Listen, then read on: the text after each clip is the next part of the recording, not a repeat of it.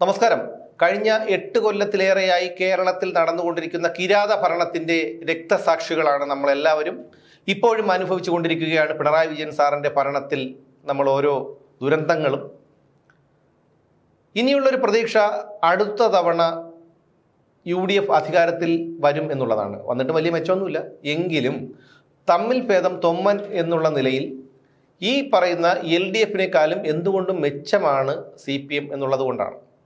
അതിന് മറ്റൊരു വശം കൂടിയുണ്ട്. എന്തായാലും വന്നു കഴിഞ്ഞാൽ തന്നെ UDF ഇനി UDF അധികാരത്തിൽ വന്നാൽ തന്നെ സത്യപ്രതിജ്ഞ കഴിയുന്നതിൻ്റെ പിറ്റേ ദിവസം കമ്മിക്കൂട്ടങ്ങൾ സെക്രട്ടേറിയറ്റിന് മുമ്പിൽ വന്ന് ചെങ്കോണകം കുത്തി ഓരോ കാരണങ്ങൾ പറഞ്ഞ് ഇവന്മാർ സമരം തുടങ്ങും. ഇവരെ ഭരിക്കാൻ അനുവദിക്കില്ല. കാരണം ഭരിക്കാൻ ഒരു സാധനവും ഇല്ല. ഈ പിന്നെ തെങ്കാശിയിൽ നിന്ന് ആഴ്ചപ്പിരിവിന് വരുന്ന ഭൂതലിംഗ അണ്ണാച്ചിരിയിൽ നിന്ന് വരെ കടം വാങ്ങിച്ചു സർക്കാർ. ഇനി ഒന്നുമില്ല. കിട്ടാവുന്നിടത്തുനിന്നെല്ലാം കടം വാങ്ങിച്ചു.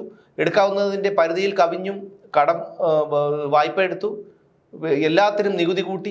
ഇതെല്ലാം ചെയ്തു. ഇനി UDFിന് ഭരിക്കാൻ പൈസ വേണ്ടേ? വന്നു കഴിഞ്ഞാൽ അവന്മാരുടെ കഷ്ടകാലം. അല്ലാന്നുണ്ടെങ്കിൽ ഇനിയിപ്പോൾ അവർ തന്നെ ഇത് വേണ്ടാന്ന് വയ്ക്കും ഭരണം. കാരണം പ്രതിപക്ഷത്തിരിക്കുന്നതാണ് സുഖം. മറ്റേത് ഇത്രയും ഒരു ഇതില്ലല്ലോ എന്നുള്ളതിൽ അവർ ഇരിക്കും. കാരണം പ്രതിപക്ഷത്ത് വന്നു കഴിഞ്ഞാൽ ഭരണപക്ഷത്ത് വന്നു കഴിഞ്ഞാൽ ഈ വികസനങ്ങൾ നടത്താനും കാര്യങ്ങളൊക്കെ നടത്തിക്കൊണ്ടുപോകാനും ക്ഷേമ പെൻഷൻ കൊടുക്കാനൊക്കെ പണം വേണ്ടേ? ഈ പണം കൊടുക്കാനുള്ള പണം ഖജനാവിലില്ല. കടം വാങ്ങിക്കാൻ വേറെ ആരും കൊടുക്കാനില്ല. ഭൂതലിംഗം അണ്ണാച്ചു വരും, പൈസ കൊടുക്കില്ല, കടം കൊടുക്കില്ല. അപ്പോൾ അതുകൊണ്ട് അവർ വിചാരിക്കും ഇനി എന്തായാലും പ്രതിപക്ഷത്തിരിക്കാം എന്നുള്ളതായിരിക്കും അവരുടെ ചിന്ത. പക്ഷേ ഇവിടെ നമ്മൾ പറയേണ്ടത് മാധ്യമങ്ങൾ 2-3 ദിവസങ്ങളായിട്ടുള്ള മാധ്യമങ്ങൾ, നിങ്ങൾ അച്ചടി മാധ്യമങ്ങൾ, മലയാള മനോരമ ഉൾപ്പെടെയുള്ള പത്രങ്ങൾ നിങ്ങൾ ശ്രദ്ധിക്കൂ. കോൺഗ്രസിൽ തമ്മിലടി എന്നുള്ള നിലയ്ക്കാണ് ഇവർ കാര്യങ്ങൾ റിപ്പോർട്ട് ചെയ്യുന്നത്. കോൺഗ്രസിൽ തമ്മിലടിയാണ് എന്നുള്ള നിലയിലാണ്. അതെന്തിനാണ് എന്ന് ചോദിച്ചാൽ അതിലൊരു വ്യക്തതയുണ്ട് സുമേഷ്. നമ്മുടെ മാധ്യമ പ്രവർത്തകർ, കുറേ കാലം ഞാൻ മാധ്യമ പ്രവർത്തനമായിട്ടിരുന്ന ആളാണെന്ന് എനിക്കറിയാം. ഇതിനകത്ത് ഈ മാധ്യമ പ്രവർത്തകരുടെ ഒരുതരം ഒരു പ്രത്യേക ഗ്രൂപ്പുണ്ട്. അതായത് സിൻഡിക്കേറ്റ് എന്നൊക്കെ പറയുന്ന മാധ്യമ സിൻഡിക്കേറ്റ് എന്നൊക്കെ പറയുന്ന ഒരു സംവിധാനം ഉണ്ട്. ഇല്ലെന്ന് പറയാൻ പറ്റില്ല, അതൊക്കെ ഉണ്ട്. ആ സിൻഡിക്കേറ്റിൻ്റെ ഒരു തീരുമാനമാണ്, അല്ലെങ്കിൽ ഒരു വർക്കാണ് ഈ കാണുന്നത്. അതായത് ഓരോ രാഷ്ട്രീയ പാർട്ടി നേതാക്കളുമായിട്ടും അല്ലെങ്കിൽ ഉന്നത സ്ഥാനത്തിരിക്കുന്നവരുമായിട്ടും ഈ മാധ്യമ പ്രവർത്തകർക്ക് വല്ലാത്തൊരു ബന്ധമുണ്ട്. മാധ്യമ പ്രവർത്തകർ അവരുടെ മാധ്യമപ്രവർത്തകരെന്നുള്ള മാധ്യമക്കാരനാണെന്നുള്ള ആ ഒരു ഐഡന്റിറ്റി ഉപയോഗിച്ചുകൊണ്ട് ചില ഭരണത്തിൽ കയറിയിരുന്നുകൊണ്ട് ചില കാര്യങ്ങൾ സാധിക്കുന്നവരുമുണ്ട്. എനിക്ക് ഒരുപാട് പേരെ അറിയാം. നമ്മളൊന്നും ഇതുവരെയും സെക്രട്ടേറിയറ്റിൻ്റെ അകത്തോട്ട് പോലും കയറിയിട്ടുള്ള ഒരു കാര്യം സാധിക്കാൻ വേണ്ടിയിട്ട്. പക്ഷേ അങ്ങനെ കയറി കാര്യങ്ങൾ സാധിക്കുന്നവരും അവസാനം ഓഫീസിനകത്ത് ജോലി സമ്പാദിച്ചവരും ധാരാളമുണ്ട്. മന്ത്രി ഓഫീസിൽ ജോലി സമ്പാദിച്ച അങ്ങനെയുണ്ട്. അപ്പോൾ ഇവർക്ക് ഇപ്പോഴും ഈ നേതൃത്വമായിട്ട് നല്ല ബന്ധമാണ്. പക്ഷെ അവരുടെ മാധ്യമം ഒരുപക്ഷെ സർക്കാർ വിരുദ്ധമായിട്ടുള്ള, സർക്കാരിനെ ചൂണ്ടിക്കൊണ്ടുള്ള വാർത്തകൾ ചെയ്യുമ്പോഴും അവരുടെ ഉള്ളിൽ അവരുടെ പാർട്ടി സ്നേഹം അപ്പോഴും ഉണ്ടാകും. അങ്ങനെയുള്ള ആൾക്കാരെ വെച്ചിട്ട് പാർട്ടി ഓപ്പറേറ്റ് ചെയ്യുന്നത് ഇത് ഇങ്ങനെ ഇപ്പോൾ ചെന്നിത്തല NSSൻ്റെ പരിപാടിക്ക് പങ്കെടുത്തു, SNDPയുടെ പരിപാടിക്ക് പങ്കെടുത്തു. അങ്ങനെ പങ്കെടുക്കുമ്പോൾ കൃത്യമായിട്ടും മറുപക്ഷം CPM ഈ പറയുന്ന ഈ സോക്കാൾഡ് ജേർണലിസ്റ്റുകളെ കയ്യിലെടുത്തിട്ട് ഇതാ ചെന്നിത്തല മുഖ്യമന്ത്രിയാകാൻ പോകുന്നു, മുഖ്യമന്ത്രിയാകാനുള്ള കളിയാണ് കളിക്കുന്നതെന്ന് പറഞ്ഞ് ഒരു വാർത്ത അങ്ങ് അടിച്ചേക്കാൻ പറയും. അത് വൈകുന്നേരം ഒരു കൂടുന്നൊരു സമയമുണ്ട്, പ്രത്യേകിച്ചൊരു സമയമുണ്ട്. അവിടെ വെച്ചിട്ട് ഇത് പറയുമ്പോൾ അവ ഏറ്റിട്ട് അവൻ നമ്മുടെ ഈ സിൻഡിക്കേറ്റിൽപ്പെട്ട 1-2 പേരുടെ കൂടെ പറയും. അങ്ങനെ സിൻഡിക്കേറ്റിൽപ്പെട്ട 1-2 പേരുടെ പറയുമ്പോൾ അവരും കൂടി ഈ വാർത്ത അങ്ങ് അടിക്കും. അങ്ങനെ ഈ വാർത്ത പിറ്റേ ദിവസം 2-3 പത്രങ്ങളിൽ ഇങ്ങനെ ചെന്നിത്തല മുഖ്യമന്ത്രിയാകാൻ പോകുന്നു, കോൺഗ്രസിൽ അഭിപ്രായ ഭിന്നത ഉയരുന്നു എന്ന് പറഞ്ഞ് വാർത്ത അങ്ങ് അടിക്കും. ഇത് മറ്റു മാധ്യമങ്ങളും ഏറ്റുപിടിക്കും. അപ്പോൾ അവർക്കിത് തൊടാതിരിക്കാൻ പറ്റില്ല.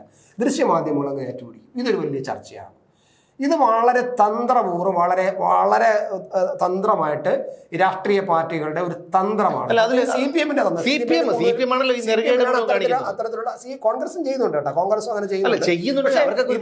ഇത്രയും ക്രൂഡായിട്ട് കാര്യങ്ങൾ കൃത്യസമയത്ത് ഓപ്പറേറ്റ് ചെയ്യുന്നത് പാർട്ടി CPM ആണ്. കോൺഗ്രസിന് ചിലപ്പം അത്തരം കാര്യങ്ങൾ പെട്ടെന്ന് കത്തില്ല, അവർ ചിലപ്പോൾ ഓപ്പറേറ്റ് ചെയ്യില്ല.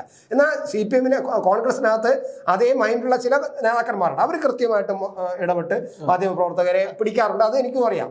പക്ഷേ CPMനെ സംബന്ധിച്ചിടത്തോളം കൃത്യമായിട്ട് അത് ഈ സംസ്ഥാന തലത്തിൽ മാത്രമല്ല, ഒരു പ്രാദേശിക തലത്തിൽ ഒരു വിഷയം വന്നാൽ പോലും അവിടുത്തെ പ്രാദേശിക നേതാക്കളെ പോലും അവിടുത്തെ മാധ്യമപ്രവർത്തകരെ കൃത്യമായിട്ട് കയ്യിലെടുക്കും. വാഴ്ത്തുപാട്ട് എഴുതിയ ഒരു കിഴങ്ങനുണ്ടല്ലോ, പേരെന്തോ പറഞ്ഞു. അപ്പൊ അയാൾക്ക് നിയമനം കൊടുത്തു. അയാൾക്ക് നിയമനം കൊടുത്തിട്ടുണ്ട്. ഇവരൊക്കെ എന്താണ് ഈ നാടിന് വേണ്ടി ചെയ്യുന്നത്? ഇവരൊക്കെ എത്ര ഉളുപ്പുണ്ട് ജനങ്ങളുടെ നികുതി പണം വാങ്ങി വീണ്ടും ഉരുട്ടി വിഴുങ്ങാൻ എന്നുള്ള അതൊന്നും ചോദിക്കുന്നില്ല. കാരണം ഉമ്മാർക്ക് അങ്ങനെയാണല്ലോ. പിന്നെ അതുപോലെ വേറെ ഒരു മാധ്യമപ്രവർത്തകൻ വിവരാവകാശ എന്താണ് അംഗമാക്കിയിട്ടുണ്ട്, മെമ്പറാക്കിയിട്ടുണ്ട്. അങ്ങനെയുള്ള കാര്യങ്ങളൊക്കെ ഉണ്ട്. പക്ഷേ ഇത് എന്താണ്, അടുത്ത നിയമസഭാ ഇലക്ഷൻ അടുത്ത് വരികയാണ്. അടുത്ത് വരുമ്പോൾ ഇത്രയും ചെയ്ത തെമ്മാടിത്തരങ്ങളെല്ലാം ഇതെല്ലാം ജനങ്ങളുടെ മനസ്സിൽ മായ്ച്ചു കളയണം. കോൺഗ്രസിൽ തമ്മിലടിയാണെന്ന് വരുത്തി തീർക്കണം. എങ്ങനെയാണ് തമ്മിലടി? ഇവിടെ കെ സുധാകരൻ 2 ദിവസം മുൻപും മാധ്യമങ്ങളുടെ മുന്നിൽ നല്ല ഉരുളയ്ക്കുപ്പേരി പോലെ തന്നെയാണ് അദ്ദേഹം മറുപടി പറഞ്ഞിട്ടുള്ളത്. അതുപോലെ വി ഡി സതീശനെ ഒരു വ്യക്തിപരമായിട്ട് നിയമസഭയിൽ വി ഡി സതീശൻ കൃത്യമായ കാര്യങ്ങൾ പോയിന്റ് ബൈ പോയിന്റ് ആണ് പറഞ്ഞത്. അദ്ദേഹം ഇന്നലെ നിയമസഭയിൽ വി ഡി സതീശൻ കൃത്യമായിട്ട് പിണറായി വിജയൻ പറഞ്ഞതിന്റെ, മുഖ്യമന്ത്രി പറഞ്ഞതിനെ ഖണ്ഡിക്കുന്ന തരത്തിലാണ്. അല്ല, അപ്പൊ എന്താണ്, അതൊന്നും വാർത്തയാക്കണ്ട. ഇവിടെ എന്ത് ചെയ്തു? ഇവിടെ നൈസില് ഒരു അധികം ആരും ശ്രദ്ധിക്കപ്പെടാത്ത രീതിയിലുള്ള ഒരു വാർത്തയിലേക്കാക്കും. അതായത് ഇപ്പൊ ഇവർ ചെയ്തുകൊണ്ടിരിക്കുന്ന ഒരു അജണ്ട മാധ്യമങ്ങൾ, കേരളത്തിലെ പൊതുസമൂഹത്തിനോട് ഞാൻ ഈ പറയുന്നത്, ഈ രാഷ്ട്രീയം ഇല്ലാത്ത അങ്ങനെയുള്ള ഈ ചിന്താശേഷിയുള്ള മാന്യമായിട്ടും മര്യാദയ്ക്കും മനസമാധാനത്തോടെയും ജീവിക്കണമെന്ന് ആഗ്രഹിക്കുന്ന പൊതുസമൂഹത്തിനോടാണ് ഞാൻ ഈ പറയുന്നത്. നമ്മുടെ മാധ്യമങ്ങൾ പണി തുടങ്ങിക്കഴിഞ്ഞു. അതായത് 3ാം തവണയും LDF സർക്കാരിനെ അധികാരത്തിലേറ്റാൻ, അതെന്തായാലും മരുമകനായിരിക്കും അടുത്ത ചക്രവർത്തി, അങ്ങനെ വന്നാൽ അപ്പോൾ അധികാരത്തിനേറ്റാനുള്ള അവര് അതിന്റെ അച്ചാരം വാങ്ങിക്കഴിഞ്ഞു എന്ന് വേണം നമ്മൾ മനസ്സിലാക്കാൻ. അണിയറ നീക്കങ്ങൾ തുടങ്ങി കഴിഞ്ഞു. അതിനുള്ള ആദ്യം കയ്യിലെടുക്കേണ്ടത് മാധ്യമക്കാരെയാണ്. മാധ്യമപ്രവർത്തകരെ പലരെയും അവർ കയ്യിലെടുത്ത് കഴിഞ്ഞു. അതനുസരിച്ചുള്ള വർക്കുകൾ തുടങ്ങിക്കഴിഞ്ഞു. കൃത്യമായിട്ടും അത് ഇംപ്ലിമെന്റ്. അതായത് ഇനി ഒരു വർഷത്തിൽ കൂടുതലുണ്ട്. ഈ ഒരു വർഷം കൊണ്ട് കോൺഗ്രസിൽ തമ്മിലടിയാണെന്നുള്ള കാര്യങ്ങൾ വരുത്തി തീർക്കും. ഇനി കോൺഗ്രസിലെ പല നേതാക്കൾക്കെതിരെയും പല വിജിലൻസ് കേസുകൾ ഉൾപ്പെടെയുള്ള കേസുകൾ ഉയർന്നു വരും. പല പീഡന കഥകളും ഉയർന്നു വരും. അങ്ങനെ ഈ പറയുന്ന യുവ നേതാക്കളുടെ വാർത്തയാക്കും. കാരണം ഇവരുടെ രീതി നമുക്കറിയാം. ഇപ്പോൾ പാലക്കാട് തെരഞ്ഞെടുപ്പ് നടന്നപ്പോൾ തന്നെ എന്താണ്, വനിതാ നേതാക്കളുടെ മുറിയിൽ അതിക്രമിച്ചു കയറി പോലീസ്. എന്ത് ചെയ്തു ഇവിടുത്തെ കോടതികളൊക്കെ? ഇവിടുത്തെ കോടതി ഇവിടെ പോയി. ഇവിടെ എന്തിനും സുമോട്ടോ കേസ് എടുക്കുന്ന ചില വലിയ ജഡ്ജിമാരും കാര്യങ്ങളൊക്കെ ഉണ്ടല്ലോ, എവിടെ പോയി? ഇത് ഈ പറയുന്നതൊക്കെ നമുക്ക് മാത്രം ബാധകമാണോ? ഇതെല്ലാം നമുക്ക് മാത്രം ബാധകമാണോ? എനിക്ക് അടിമകളല്ലേ നമ്മൾ യഥാർത്ഥത്തിൽ? നമ്മൾ ആലോചിച്ച് നോക്കൂ, അടിമകളെ പോലെയല്ലേ നമ്മളിവിടെ ജീവിക്കുന്നത്? നമ്മളിവിടെ ജീവിക്കാൻ നമ്മൾ കപ്പം കൊടുക്കുന്നു. അത് നികുതികളായും പിഴകളായും നമ്മുടെ കയ്യിൽ നിന്ന് പിടിച്ചു പറിക്കണം. കപ്പം പണ്ട് ബ്രിട്ടീഷുകാരുടെ കാലത്തൊക്കെ നാട്ടുരാജാക്കന്മാർ കപ്പം കൊടുത്തിരുന്നത് പോലെ നമ്മൾ കപ്പം കൊടുക്കണം. ജനങ്ങൾ കപ്പം കൊടുത്തിരുന്ന കപ്പം കൊടുക്കണം. അതാണ് നമ്മുടെ കയ്യിൽ നിന്ന് പിടിച്ചു പറിക്കുന്ന നികുതിയും പിഴയും. എന്നിട്ട് ചിത്രവധം ചെയ്യുന്നത് പോലെയും പിടിച്ച് തടവറയ്ക്കുള്ളിൽ അടയ്ക്കുന്നത് പോലെയല്ലേ നമ്മളെ ഇപ്പോഴും ചെയ്യുന്നത്. അന്ന് രാജ വാഴ്ചക്കെതിരെ ശബ്ദിക്കാൻ ആർക്കെങ്കിലും അവകാശം ഉണ്ടായിരുന്നോ? സ്വാതന്ത്ര്യം ഉണ്ടായിരുന്നോ? അങ്ങനെ ശബ്ദിച്ചാലുള്ള അവസ്ഥ എന്താണെന്ന് അറിയാലോ. അത് തന്നെയല്ലേ ഇപ്പോൾ ഇവിടെ നടക്കുന്നത്. ഇതൊക്കെ തുറന്ന് പറയുമ്പോൾ ഈ പറയുന്നവനെ ഏതെങ്കിലും ഒരു കേസിൽ കൊടുക്കും. നമ്മൾ മനസ്സറിയാത്തൊരു കേസായിരിക്കും ഇനി കൊടുക്കും. എന്ത് പമ്പര വിട്ടികളും പേടി തൂറികളുമാണ് ഇവന്മാർ നമ്മളെപ്പോലുള്ള സാധാരണ പൗരനെ പോലും ഇങ്ങനെ പേടിക്കുന്നുണ്ടല്ലോ ഇവന്മാർ ഈ കള്ളക്കേസ് എടുക്കുന്നത്. അധികാരത്തിലിരിക്കുന്നവർ എപ്പോഴും പേടിത്തൂറിയായിരിക്കും, ഒരു സംശയമൊന്നുമില്ല. അല്ല, ഇത്രയും പേടിത്തൂറി വേറെ ലോകത്ത് ഇതുവരെ പക്ഷെ ഭയങ്കര പേടിത്തൂറി. ഒരുമിച്ച് ഒരിടത്ത് ഇരിക്കില്ല, തനിച്ചിരിക്കില്ല. എപ്പോഴും ആരെങ്കിലും വേണം, പോലീസോ അല്ലെങ്കിൽ ബന്ധുക്കളോ. ഇത്രയും പറഞ്ഞപ്പോഴാണ് ഞാൻ ആലോചിച്ചത്. കാരണം പുതിയ ഗവർണർ മുഖ്യമന്ത്രിയെ നടക്കാൻ ക്ഷണിച്ചു എന്ന് പറഞ്ഞിട്ട് മാധ്യമങ്ങളിൽ കണ്ടിരുന്നു. അപ്പോൾ ഞാൻ ആലോചിക്കുകയാണ്, കാരണം 400 പോലീസുകാരാണ്. ഇതൊരു കൂട്ടം നടത്താവുമല്ലോ അവിടെ ചെല്ലുമ്പോൾ. കാരണം ഗവർണർക്ക് ഒരാൾ മാത്രം മതി, ഗവർണർ മാത്രമേ കാണുള്ളൂ. പക്ഷെ മറ്റേ കക്ഷിക്ക് ഏറ്റവും കുറഞ്ഞൊരു 10-70 പോലീസുകാരെങ്കിലും കൂടെ.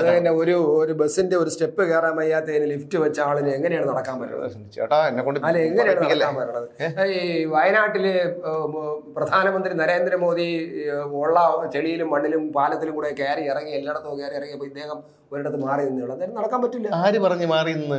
അതായത് നിങ്ങളൊരു കാര്യം മനസ്സിലാക്കണം. നരേന്ദ്രമോദി കേരളത്തിൽ വന്നിട്ട് വയനാട്ടിലേക്ക് പോയ ഹെലികോപ്റ്ററിൽ ചേട്ടൻ കമ്മികൾ ഉൾപ്പെടെയുള്ള ആൾക്കാർക്ക് പരിശോധിക്കാം. ഈ പ്രധാനമന്ത്രിക്കും സുരേഷ് ഗോപിക്കും അതിനകത്തുണ്ടായിരുന്ന ആൾക്കാർക്കെല്ലാം സീറ്റ് ബെൽറ്റും ഒക്കെ ഉണ്ടായിരുന്നു. പക്ഷേ വേറൊരു കക്ഷി ഇരുന്നത്, ആളിനെ ഞാൻ പറയില്ല, വേറൊരാളിരുന്നത് പെട്ടിപ്പുറത്താണ്. ഈ പെട്ടിപ്പുറത്തിരുന്ന കാര്യം ഞാൻ ഇപ്പോൾ പറയാൻ കാരണം എന്ന് വെച്ചാൽ, പണ്ടൊക്കെ നമ്മൾ പ്രൈവറ്റ് ബസ്സിലും ട്രാൻസ്പോർട്ട് ബസ്സിലൊക്കെ കയറുമ്പോൾ ബാറ്ററി വെക്കാനൊക്കെ ഒരു പെട്ടി സൈഡിൽ വെക്കുമല്ലോ. അപ്പോൾ അവിടെ ഇരിക്കുന്നത് നമുക്കൊക്കെ വലിയ ഉത്സാഹമായിരുന്നു. എന്ന് വെച്ചാൽ ഫ്രണ്ടിൽ ഇങ്ങനെ സൈഡ് തിരിഞ്ഞിങ്ങനെ ഇരുന്ന് കഴിഞ്ഞാൽ റോഡൊക്കെ കാണാം, വലിയ സുഖമാണ്, നല്ല രസമാണത്. അപ്പോൾ അങ്ങനെ ഒരു കുട്ടിക്കാലത്ത് ഒരു സുഖമാണ്. അതുപോലെ പെട്ടിപ്പുറത്ത് ഇരുത്തിക്കൊണ്ട് പോയിട്ടുണ്ട് ഒരാളിനെ. അത് ആളിനെ ഞാൻ പറയുന്നില്ല, നിങ്ങൾ പരിശോധിച്ച് നിൽക്കുന്നത് മനസ്സിലാവും. പിന്നെ അതുപോലെ അവിടെ വന്ന് പ്രധാനമന്ത്രി നടന്നപ്പോൾ ഒരു കുഴപ്പമില്ല. അതിനു മുമ്പ് അവിടെ ദുരിതാശ്വാസ ക്യാമ്പിന്റെ മുമ്പിൽ ചെന്നപ്പം ഈ പറയുന്ന എല്ലാം നഷ്ടപ്പെട്ട് കരഞ്ഞ് തളർന്ന് കിടക്കുന്ന ആൾക്കാർ ഇദ്ദേഹത്തിന് വന്ന് മുഖം കാണിക്കേണ്ടി വന്നു. കാരണം കാലിൽ ചെളിയാവുന്നു. മറ്റേ കോൺക്രീറ്റ് വാർക്കപ്പണിക്കാർ ഇടുമ്പോഴത്തെ ഷൂ ഇട്ടുകൊണ്ടാണ് പോയത്, എന്നിട്ടും ചെളിയാവും എന്നാണ് പറയുന്നത്. ഒന്ന് ആലോചിച്ച് നോക്കി എന്തൊക്കെയാണ് ഇതുപോലെ. ഇതൊന്നും പറഞ്ഞിട്ട് കാര്യമില്ല. പക്ഷേ ഈ പറയുന്നത് ഇപ്പോൾ നടത്തിക്കൊണ്ടിരിക്കുന്നത് ഈ മാധ്യമങ്ങളാണ് ഇവിടുത്തെ ഏറ്റവും വലിയ, ഈ പൊതുസമൂഹത്തോടും പൊതുജനങ്ങളോടും ഏറ്റവും കൂടുതൽ ക്രൂരതയും ഏറ്റവും കൂടുതൽ ദ്രോഹവും ചെയ്യുന്നത് ഈ കേരളത്തിലെ മാധ്യമങ്ങളാണ്. വാർത്തകളെ വളച്ചൊടിക്കുകയും തെറ്റിദ്ധരിപ്പിക്കുകയും ചെയ്യുക. ഇപ്പോൾ ഒരു വാർത്ത റിപ്പോർട്ട് ചെയ്യണം, പക്ഷെ അത് വസ്തുനിഷ്ഠമായി റിപ്പോർട്ട് ചെയ്യട്ടെ അവർ.